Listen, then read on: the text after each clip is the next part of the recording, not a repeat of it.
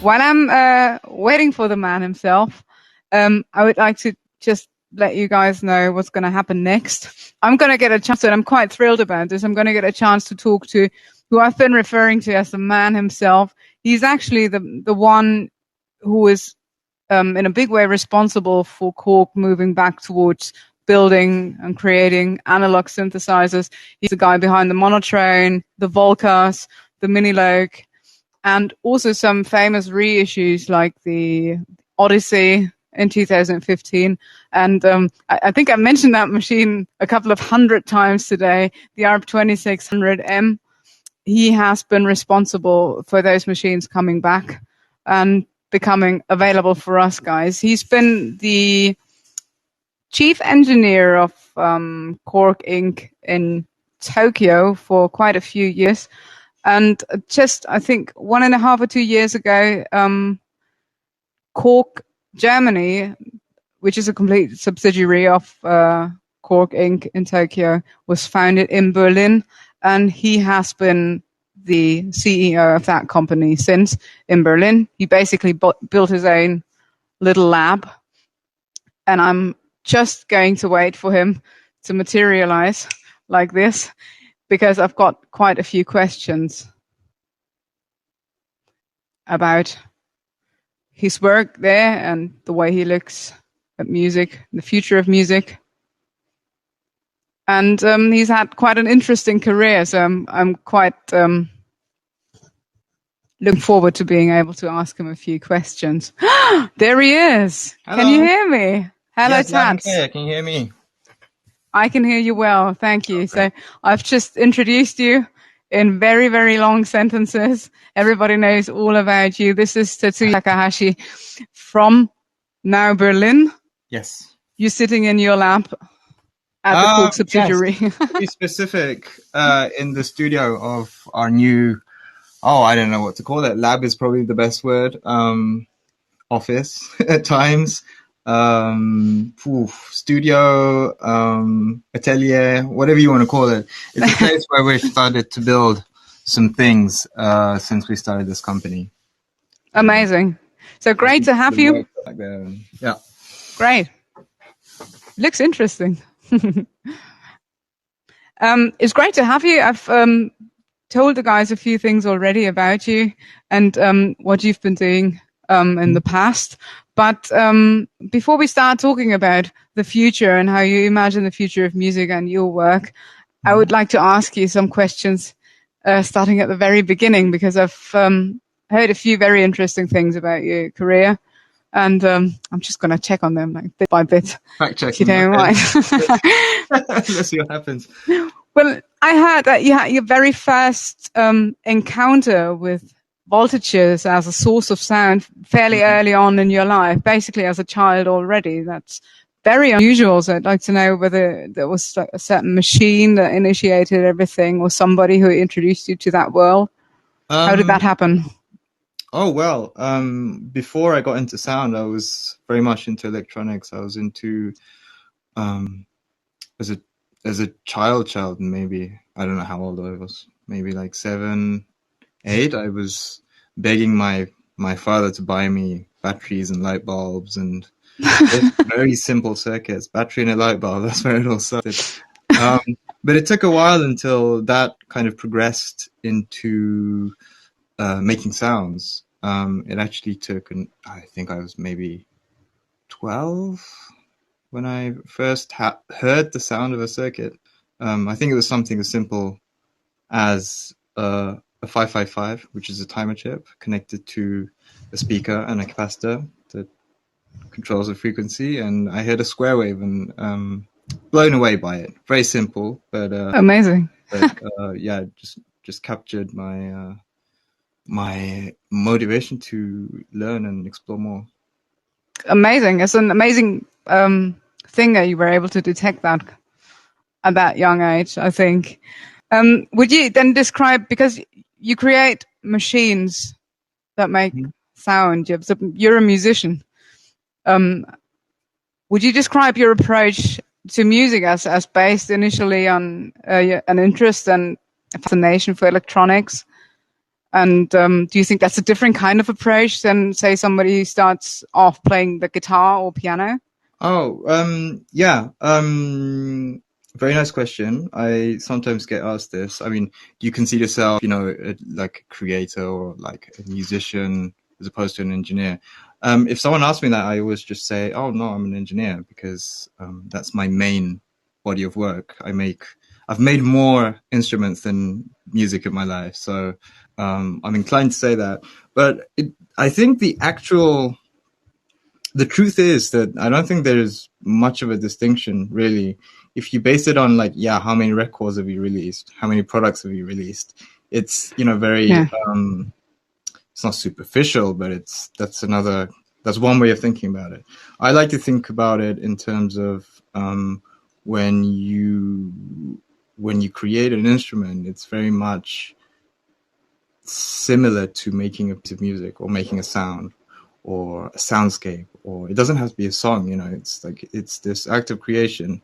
And I don't just say this for myself, I say this for like everybody who does this, and especially the people here in the team, not today on a Saturday.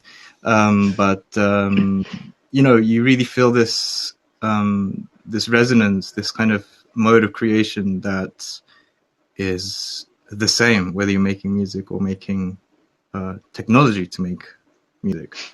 So I say both. Great. Yeah. Great. Because I mean, for me, I started off playing the piano, studied classical piano, then went on to playing keyboards, bought a synthesizer, probably already designed by you, and kind of worked my way forward through the manual until I kind of understood why it wasn't working, something like that. Whereas your first instrument just seems to be electric circuitry. And I think that's just a beautiful approach to everything we're talking about today. Very pure, I think. I mean, not very conventional in terms of... No, not at all, but essential for what we have today, I think. So it's great. We've got a lot to be thankful for, really. You then went on to study electrical and information science in Cambridge, I think. Yep. You were brought up in London? Yes. Okay. I say London to simplify things, but the outskirts of London, yeah. All right. And then you went back to London after studying, and you started building instruments for yourself, just for fun, you thought? Yeah, I mean, I was building stuff before university, during, and after university. We always had a family home in London, so I went back to this home in London, which was then not a family home because my parents moved to Japan, and it was just me and my sister. And then, I just didn't feel like getting a proper job. So I was working in a bar, mixing drinks and making stuff for myself. So little effects boxes, sound generators. And I did that for about a year. And the biggest piece I made was this kind of multi-oscillator, very hand wavy, I should have multi-oscillator sequencing sound box that was battery powered and had speakers on it. So I mean, it shares a lot of the things, say, that are in the Volca series, for example. Not as right, okay. It was a bit bigger, but it was still battery powered. It was meant to be this kind of this liberation of making music from the studio to your beanbag or in a park, or it was that kind of idea.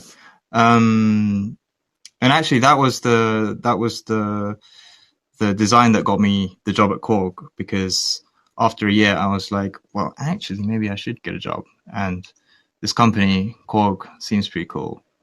I like their products. So I flew to Japan and and I called them up, and they asked me to come in for an interview. I showed them this, I don't know what to call it, this thing that I'd made, and Yeah, and that's how it all started in a more kind of professional framework. So I'm very grateful that they took me in. But you basically rang them up. Yeah, I literally did. I rang them up, and their admin person answered the phone, and amazing. Yeah. But you Yeah. very, very early after that started working for KORG. Yep. That machine that you're talking about that you brought to the interview, you still have it? Yeah, it's at home.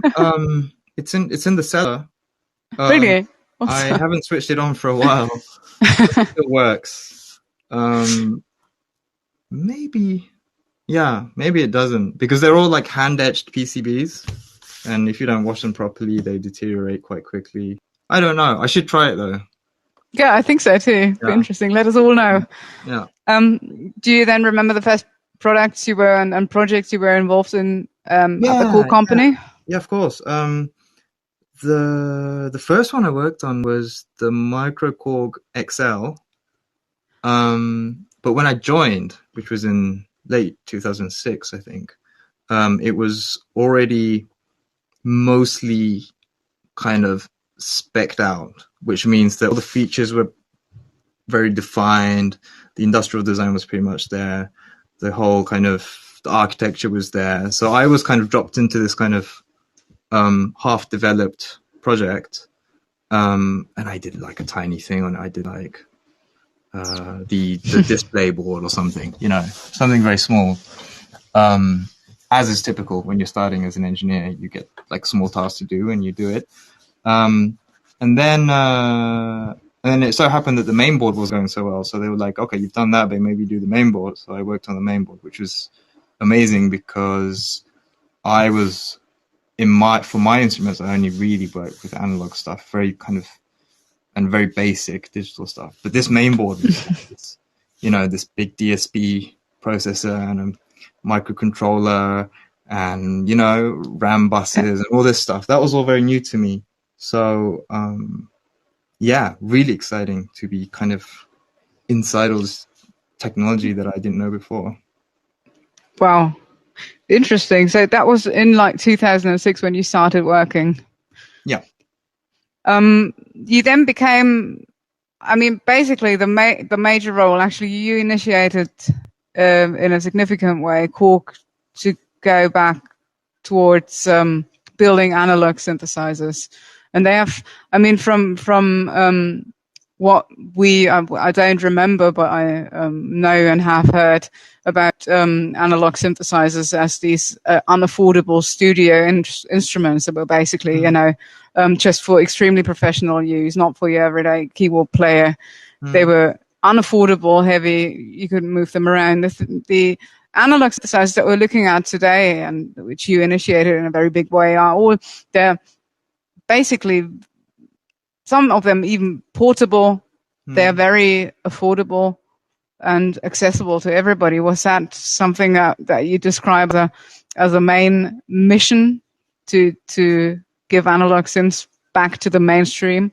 Oh no, I don't think it was necessarily analog. I mean, a lot of people say, a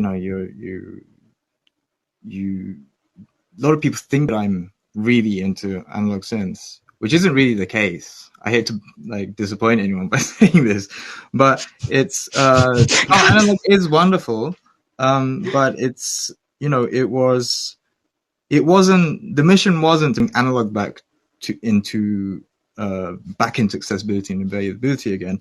The mission was actually to bring synthesizers back and accessible and understandable. And if we think about, I guess late 90s, early 2000s, it was a real era of like big workstations, high functionality, very beefed up specs, and you would talk about how good a synth is, and like voice count and multi-timbre and all these kind of very kind of chest beating synth culture, which, and again, in danger of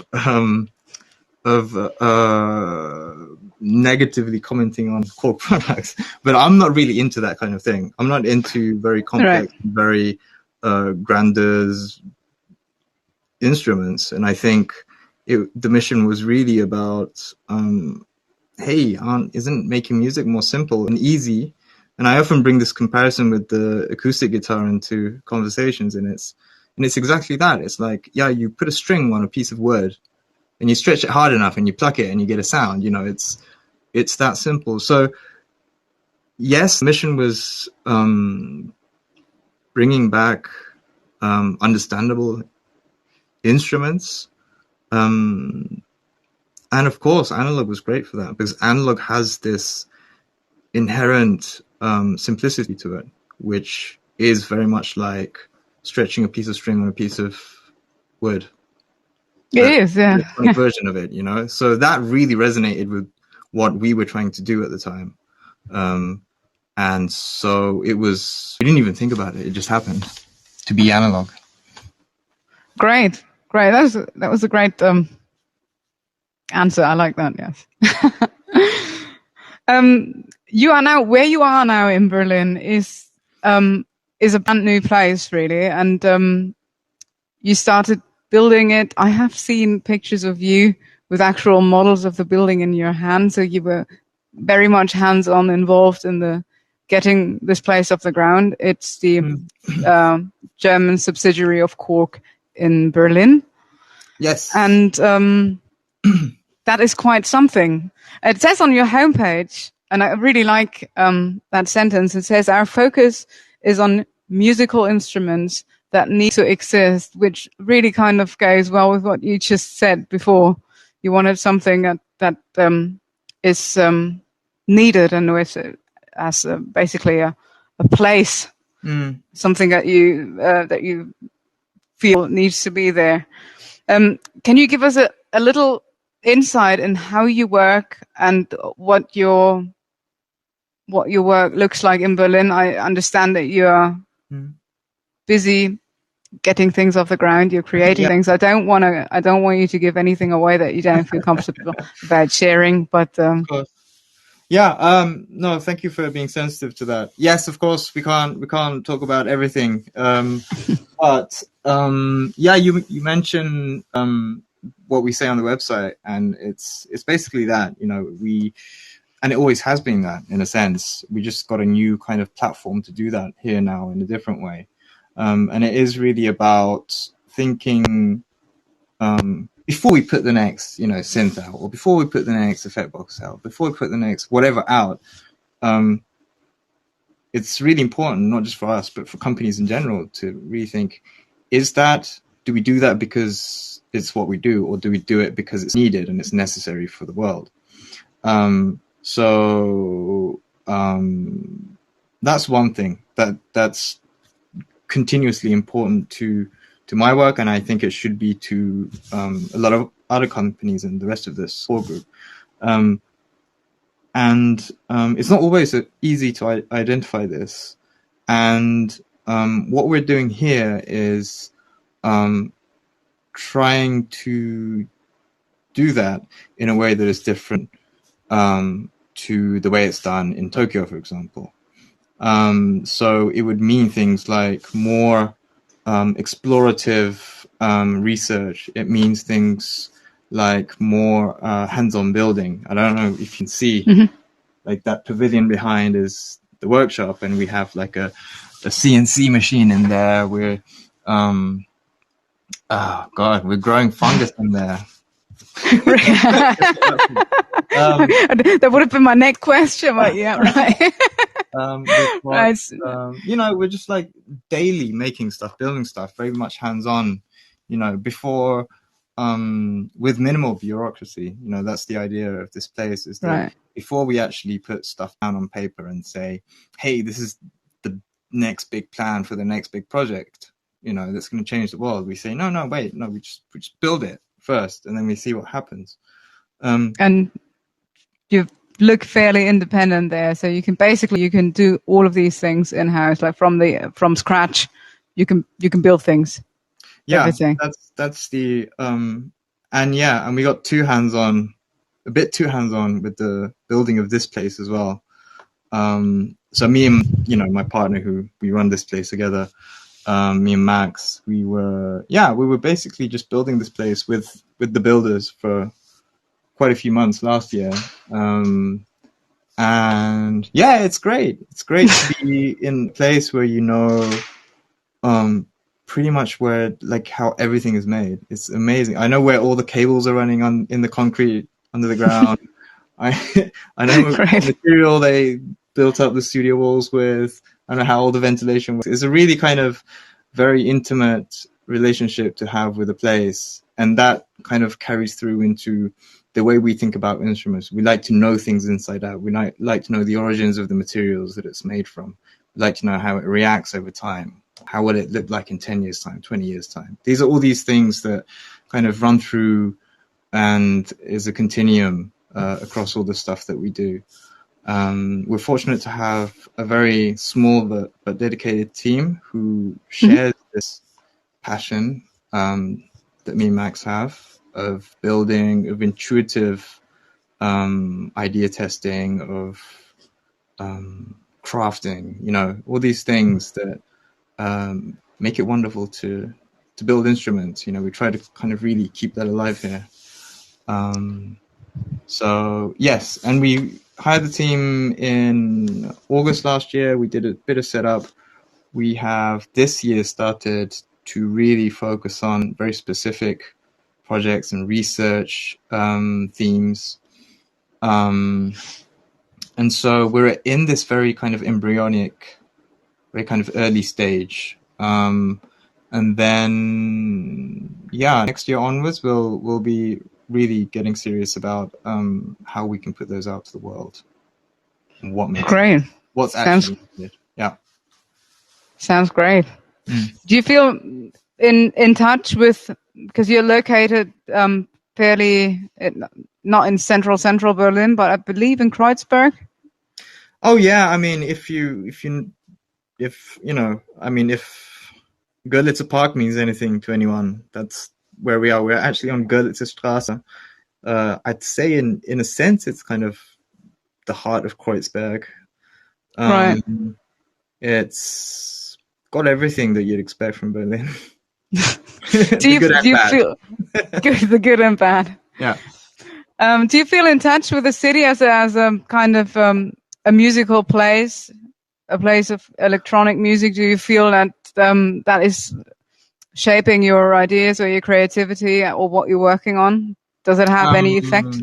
Oh yeah, I mean we have huge expectations of this kind of collaborative and kind of music scene driven work. The times being this horrible time, it hasn't been so easy to make this happen.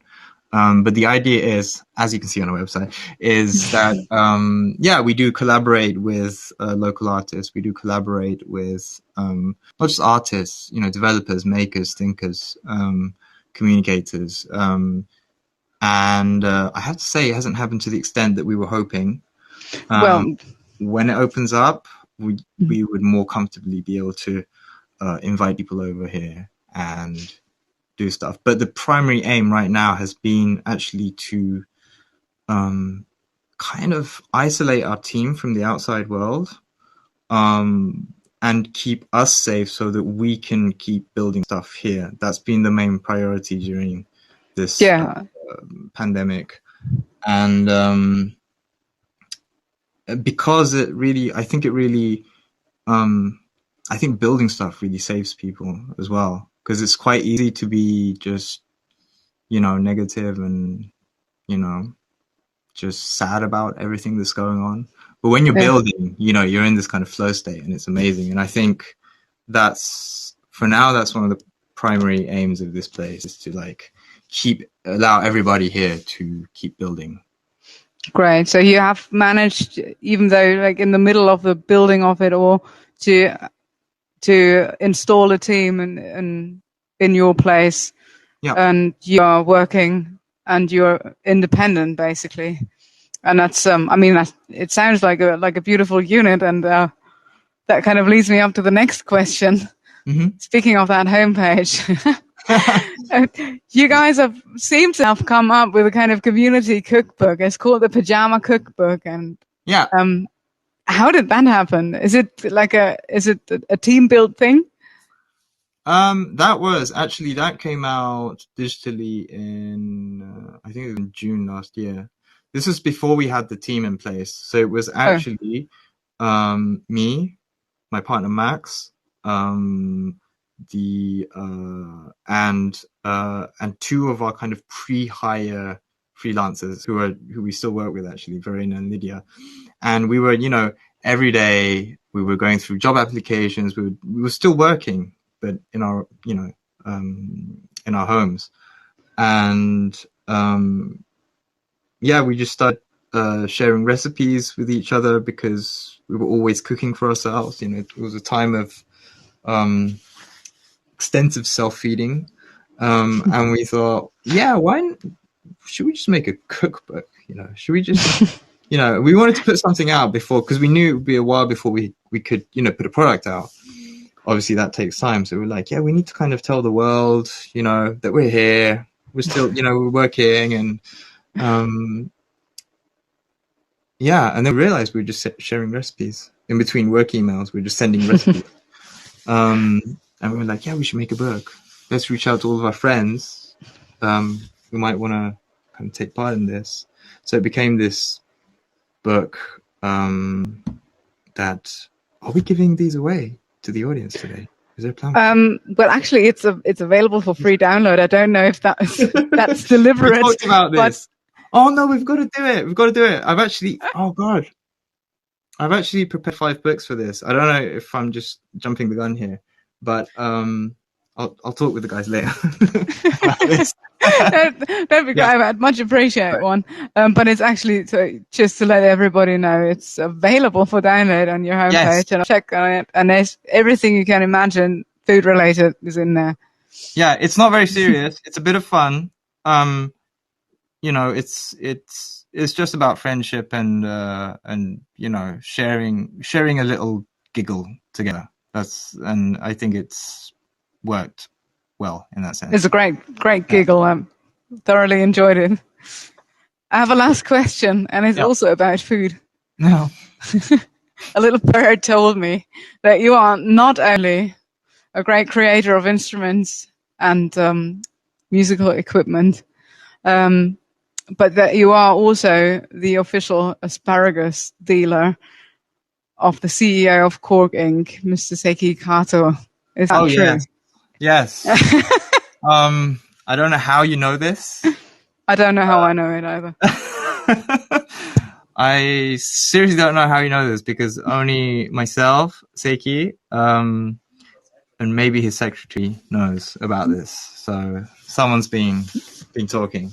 I don't remember. It was the asparagus. Yeah, right. Yeah. I love asparagus. I like how it's seasonal in Germany, and it starts. Oh, has it started already? It's starting now, and then they shut it off in June, right? So it's like this kind of 3-month window of just like white asparagus, like almost every night.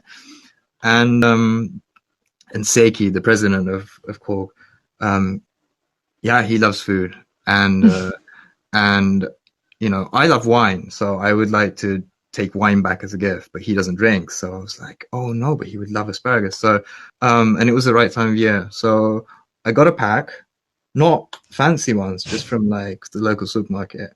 I got a pack, and I put it in like a polystyrene kind of cool box, put it in my suitcase.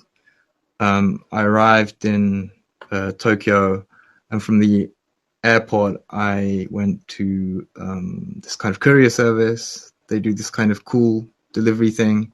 So it was from the supermarket in Germany to Seiki in maybe less than 24 hours. Yeah. So very fresh. And that's, I think I have to do it every time now. It's official. Fantastic. Yeah. That's great. I mean, it's not everybody can say that of himself, but it's amazing. An asparagus friendship. Yeah. Right. I have a few questions from people from the outside. We're Great. curious. The first one is is a bit personal. I'm just going to read it out as it is. It's not rude. How old is this guy? 3 question marks. How Looks old? not that old. Yeah. I think they don't mean me. I'm getting there. You don't need to answer it either. My son is actually it's a Saturday. I had to bring him in. He's watching Netflix in the other room. He's 11 years old. He was born when the Monotron came out, actually, or just before 2009. And yeah, so my career in making synthesizers is, I don't know why I'm saying all this. I should just say the number. Is about 14 years, 15 years, 16 years maybe. Yeah, but anyway, I'm I'm 37 years old. And I was afraid of that. No. I don't know if that's higher or lower than what this member of the audience thought. It's probably higher. Is It higher? sounds, I mean, it's a very young age and just a packed career. I think that's, plus you look very young. Really intense, super intense. Yeah. But pretty much kind of very, very boring. If you leave university, if you went to university, got a master's and started a job and did what I did, then you arrive at 37, I think. Well, let me think. The next question is actually about that part of your life as education, is what somebody wants to know. It's Tomomi Kotaru. I probably pronounced that all wrong. Oh, definitely. Yep. What education would you suggest to go with to do this sort of stuff? It depends on where and how you want to do it. So if you want to, I'm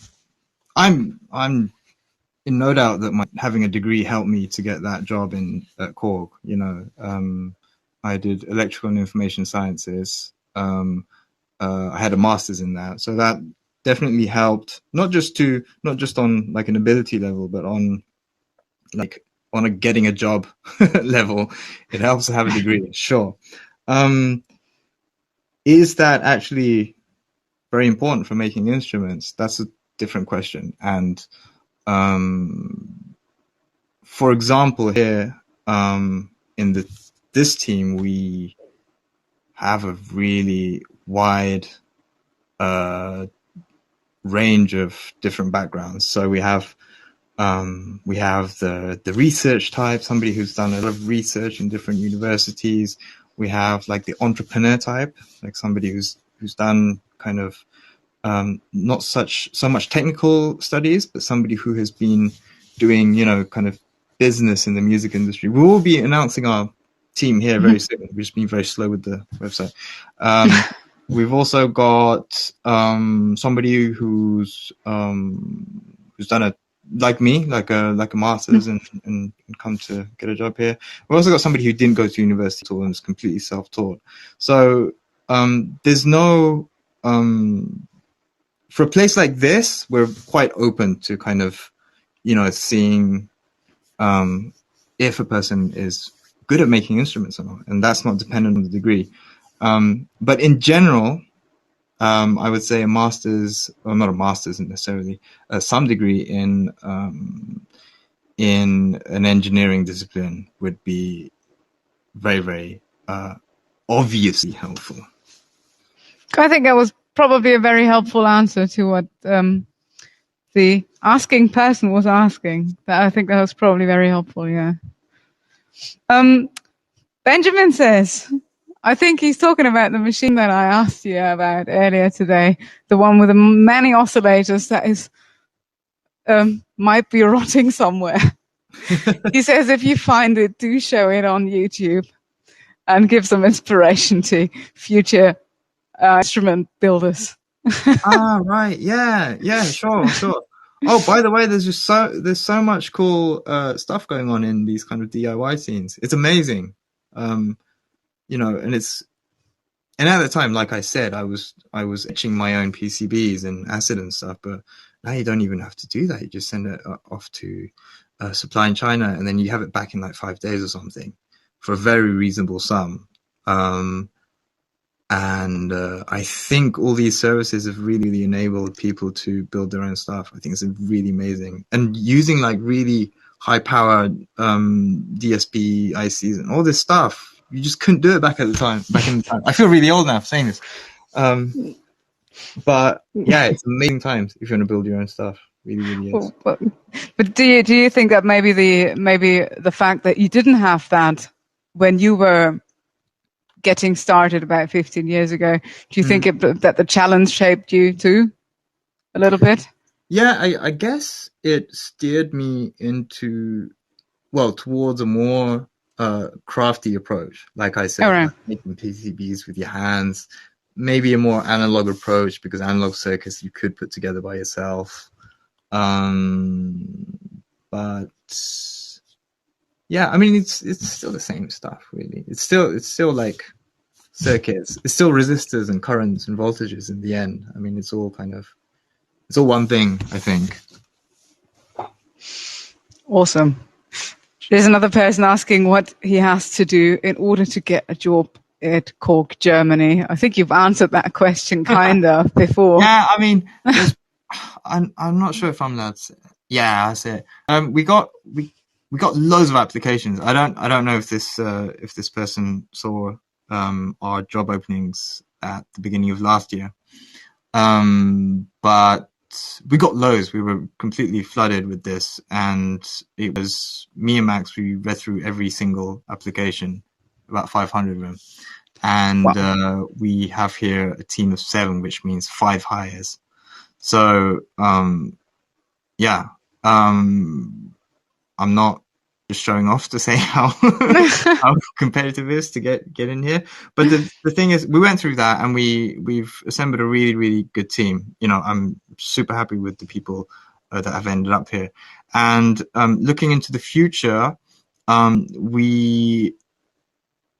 it might be a while until we open those gates and say, hey, we're hiring for X, Y, and Z. So, yeah, it might be some time before there's another opportunity for applying for a job here. Great. There's another maybe personal question. Yeah, I'm just going through questions that people send. If you say Netflix is empty and he's watched it all, then let us know. But in the meantime, I'll just ask you everything that comes in. If somebody is wanting to know, I just wondered, are you related to Tatsuya Takahashi from the Yellow Magic Orchestra? I wish I was. Or maybe I am, and I don't know about it. Because yeah, I love his music. I love their music. Really good stuff. Hosono is great as well. I mean, they have all this stuff is great. Anyway, the surname Takahashi is like what is it like? It's not a Smith. It's not as common as a Smith. It's more like an Anderson. Müller. And Müller, yeah. It's not a Meyer, but it's probably a Müller. No, you're a Müller. I am. Yeah. It's Müller, right? So Takahashi is a Müller, and Tatsuya. It depends on the era, but for somebody my age, it's very, very common. It's like it's not number 1. It's not like a John, but it's what is it? It's maybe Michael. Yeah, maybe Mike. Yeah, I'm a Michael Müller. Michael Müller. Yeah, Michael Müller. So don't be surprised. Maybe we're related. Tatsuya or Takahashi in any other Japanese person's name, because I believe there was a trumpet player with your very name as well. Yeah, Yeah, I think has he passed away? Yeah, Tokyo Jazz Union. Yeah, good player, jazz Good player. player, yeah. Yeah. And there's another question. I'm not sure if there is a kind of story behind this, but this Gaz Williams is asking, can you apologize to Tats for my interpretive dance about the volca mix, please? That was amazing. That was here in Berlin. I remember that. I remember that night. Where was it? I think it was in front of Ohm or something. I think it was Super Booth time. What happened? Yeah, so it was just after the volca mix came out, and I think that was the first volca after I left headquarters. So it was basically the first volca that I hadn't worked on, and then Gaz, we were in this queue to get into this club, I think, and Gaz was like a few places in front, and he's like, "Hey Tats, hey, it's great to meet." We're not like really great buddies, but we kind of see each other at events and stuff. And then we got talking, and then and then he started this. I don't know if he wants me to say this on air, and then he had this amazingly choreographed breakdown of what's wrong with the volca mix, right? So he was delivering me like, why is it like this? Why has it got X number of channels? Why has it got, and like posing all these questions with a choreographed dance to it, and it was amazing. In front of everybody else as well. It was really cool. To embarrass himself or you? I didn't feel embarrassed if he's worried about that. So why is he asking you to forgive him? I don't think. I don't know. Well, okay, but he's done it. He's done it. Great. So if you would like to forgive him, he's asking you to. Well, there's nothing to forgive you for, Gaz. I think I'm waiting for next version 2. Right. Okay. There's another question that's quite hard to relate to that last one, right? If you hadn't seen it, sorry, I didn't. Well, it is a bit. I just maybe he's thinking about it now. Like, why did I ask that question? It sounds interesting. I wish I'd witnessed it, though. Yeah. I mean, Reich Trebel is asking if you'd be interested in bringing multi-track recorders back, because KORG has quite a legacy, such as the D3200. Yeah, I love multi-track recorders. In much the same way as workstations, I think a lot of DAWs are a bit overwhelming. For me, anyway. I think I'm really lazy, though. I find. Do you think that's what? It doesn't sound like that to me. Isn't it? Yeah, I love multi-track recorders. One of my favorite ways of making music. I don't do it now, unfortunately, but it was I had this mini disc player. I had 2 actually that would record, and I'd just like bounce off one to the other and mix a new track on it and just go back and forth, and it would deteriorate. The first tracks you laid down would kind of deteriorate in quality, and it was this really amazing feeling. A multi-track recorder would definitely do a better job than that, but I do like this idea of laying down tracks and not in real time. What's the word? In continuity. Although you can do punch-ins when multi-track recorders as well, but you don't have this flexibility of seeing everything on a screen in this kind of very kind of organized grid and being able to do that, which has resulted in amazing music. I have to say, I like loads of music that owes itself to this way of production. But for me, I really enjoy when I can just press record and play. Multi-track recorders. This question has been a good reminder that I should actually think about that, or we should think about that. Yeah. So somebody put something on that list at the office, but that's great. Yeah, that's great. But I suppose they could send me questions all day. I think we probably have to push on with the program sure. now a little bit. Oh, looking forward to the other bits of this. It was absolutely thrilling talking to you. I probably could ask you a couple of 100 questions myself, but I'm not going to, because I can feel people staring at my back looking at their watches. Do you know the feeling? Like needles. It's a voodoo thing. It's the voodoo thing.